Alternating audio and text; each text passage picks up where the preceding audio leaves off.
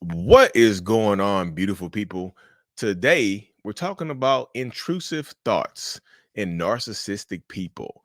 Welcome to another episode of Self-Aware Sundays, y'all. Self-Aware Narcissist Sundays. Well, I'm speaking to narcissists. This series is dedicated to speaking directly to the mind of the narcissistic or possibly toxic person out there, y'all.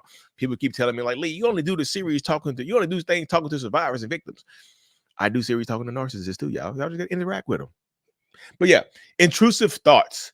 Narcissistic people, in order to have a healthier existence, right? In order to have a chance at living a better life for a narcissist, or in order to not be left alone for the majority of your life and ruining relationships and things of that nature, you have to get to the point where you're not giving in to your intrusive thoughts, no matter how minor they are. Like intrusive thoughts, you cannot control, right? You can't control the intrusive thoughts. It's an intruder. You know what I mean? It's an intruder. They intrude into your mind. And I think a lot of narcissists, including myself, I have a lot of dark, intrusive thoughts. It's not about harming other people. It's about doing things outside the norm, cheating, leaving, disappearing, you know what I mean, ghosting somebody, disappearing in my family, my wife and kids, whatever. Those are intrusive thoughts. I can start a whole new life in Australia or somewhere. I don't have to come back. I can work from anywhere. You know what I mean? Those are intrusive thoughts that a lot of narcissistic people have. So that's what I'm just telling you. If you're a narcissist watching this, toxic person watching this, whoever you are watching this video, you have to get to the point where you're not giving into those intrusive thoughts. You know, it really, it really does help you live a better, happier existence. It can. That's what I tell people. It's just like what I've gotten good at doing right now is talking them out. I feel like one of the best things that I do for myself for the last 7 years at least is go to therapy. Absolutely. I've been going to therapy for 7 years, and it's helped me to dull those intrusive thoughts. It really has, because I get to express them in therapy. I'm like, this is what I'm thinking about. These thoughts keep popping up. It's not about harming people, y'all. Not the dark ones. It's not in that space right there. But I don't give into them. Like before therapy, I would give into them because I wouldn't talk about them. You know what I mean?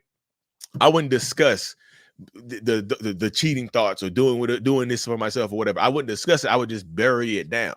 And anything that you bury, a lot of times you're not just burying things, you're planting them. Intrusive thoughts are seeds. You're planting them in your mind, and they're going to grow. They're going to start growing and getting bigger and taking up more headspace until you give into them. So it helps so much to have someone to talk to, a therapist, a support group. If you're a narcissist watching this, join some of the self-aware narcissist Facebook groups, some of them.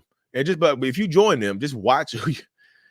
Yeah, I used to recommend these groups all the time, but now I don't recommend them as much because there's a lot of whiny people in there that whine and complain about stigmas and life and and they don't really try to do anything to change their own lives. They just whine and there's some crybabies in there. Just watch who you follow.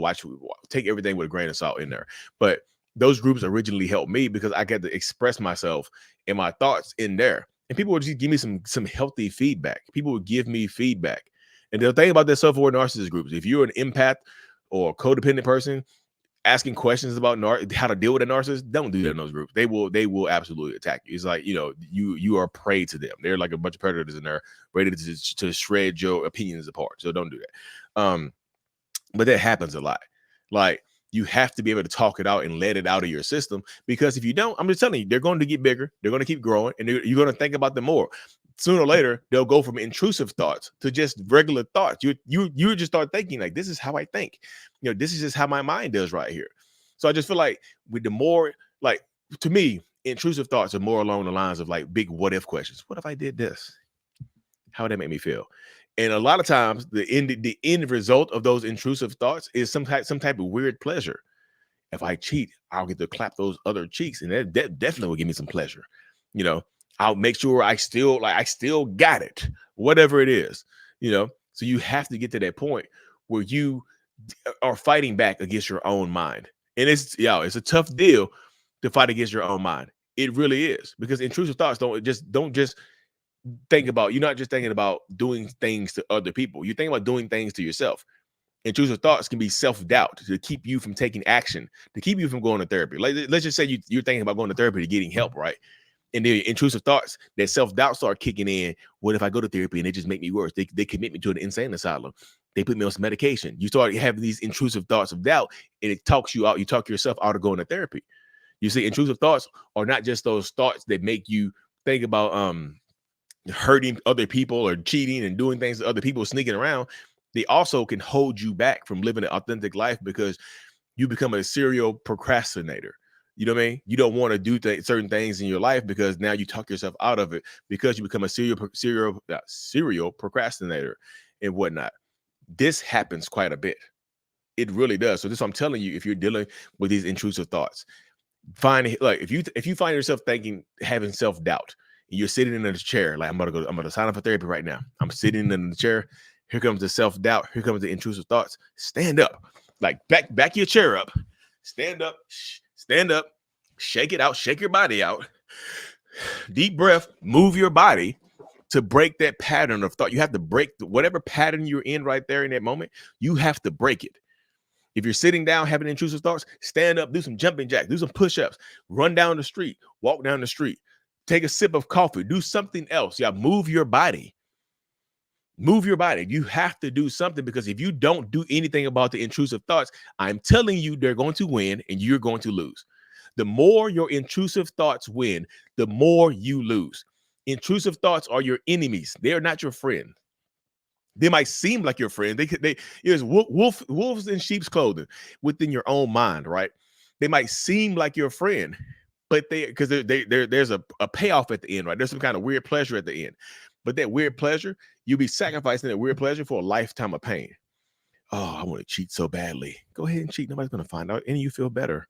You still get it. So you go over here, you cheat, right? You have this little moments of pleasure, whatever. And then your wife or your husband finds out and they leave you. So that moment of pleasure just causes you a lifetime of pain because you're going to miss the person that you hurt. You see what I'm saying? Your intrusive thoughts win, you lose.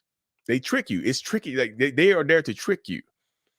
Start writing things down. If you have intrusive thoughts, start writing things down. It helps to get it out of your mind, to write it down.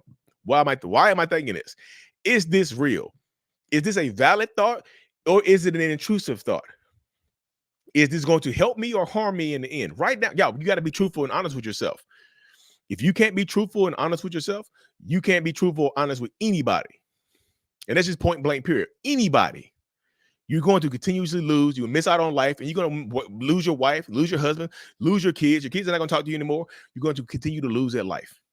And crazy that it is. I know a lot of people in the narcissist community, except for narcissists, whatever, they paint me as like the archangel of breakups. I'm here breaking families up. I'm talking about having healthy relationships. If you're not willing to be healthy and fight for your relationship by working on yourself, how's that my fault? Lee Hammock made me lose my family. What? How? Did Lee Hammock make you lose your wife or your husband? Or did your own behaviors do that? And I just pointed it out. Come on now. Lee, both things can be true. You pointed it out and they would have never found me out. Y'all trying to Scooby-Doo villain me. And I would have gotten away with it too if it wasn't for that meddling Lee Hammock. What? Don't get away with it. No, seriously, I do want y'all to win. Like, seriously. I do my one-on-ones over Zoom. Like I say, y'all see the voicemail number scrolling across the bottom of the screen. You got always call and leave a voicemail. I do my one-on-ones over Zoom as well. I talk to narcissists too. I don't just talk to empaths and codependent people. I've talked to hundreds of narcissists over the last few years too. Maybe not hundreds, over 100. It's been over 100. I've done so many over the last few years. But I do that too. Mentalhealness.net. Lee, I think I'm a narcissist. What can I do? Hit me. Let's talk. Let's chat. I'm not opposed to talking to narcissists. I've never argued with a narcissist on a one-on-one ever. We always talk, we be laughing. I'm like, look, this is what I do. Anyways, y'all, make y'all subscribe to the channel. If you're a narcissist watching this, another self-aware narcissist watching this, drop something you want to hear me talk about, y'all. I'm trying to do this series at least once a month because people don't watch it, but you're watching it though. Anyways, y'all, thank y'all so much. I truly appreciate every single one of y'all. And of course, mental illness is out. Peace. I do want y'all to win. That's crazy.